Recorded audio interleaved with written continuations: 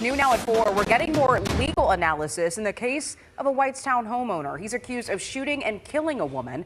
That's after investigators say she showed up to the wrong house as part of a cleaning crew.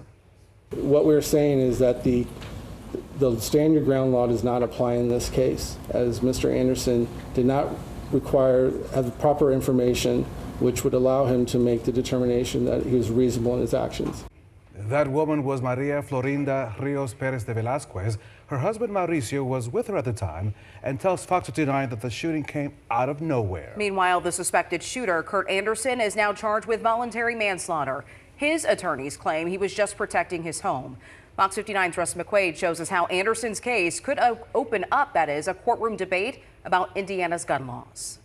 Was it reasonable for homeowner Kurt Anderson to open fire on Maria Florinda Rios Perez de Velasquez when he said he heard the housekeeper trying to unlock his front door by mistake before dawn on Wednesday, November 5th?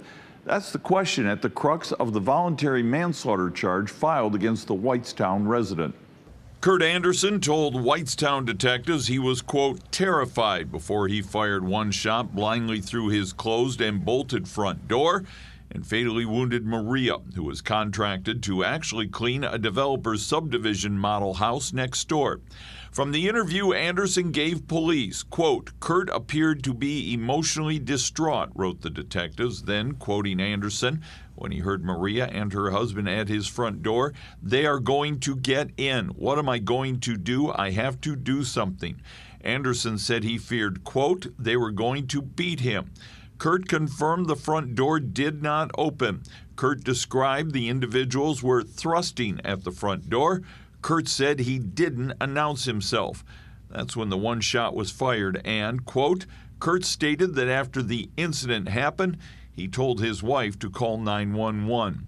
Then, quoting Maria's husband, the detectives wrote, quote, Mauricio added that they did not bang or knock on the door.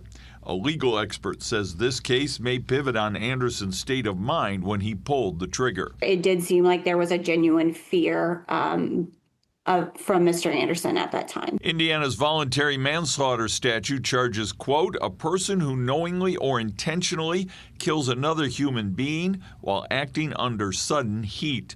It will be up to jurors to decide if what Anderson did or what they would do in a similar situation would be a reasonable response to the perceived threat. Once self-defense is put in front of the jury, it is the state's burden to disprove self-defense beyond a reasonable doubt.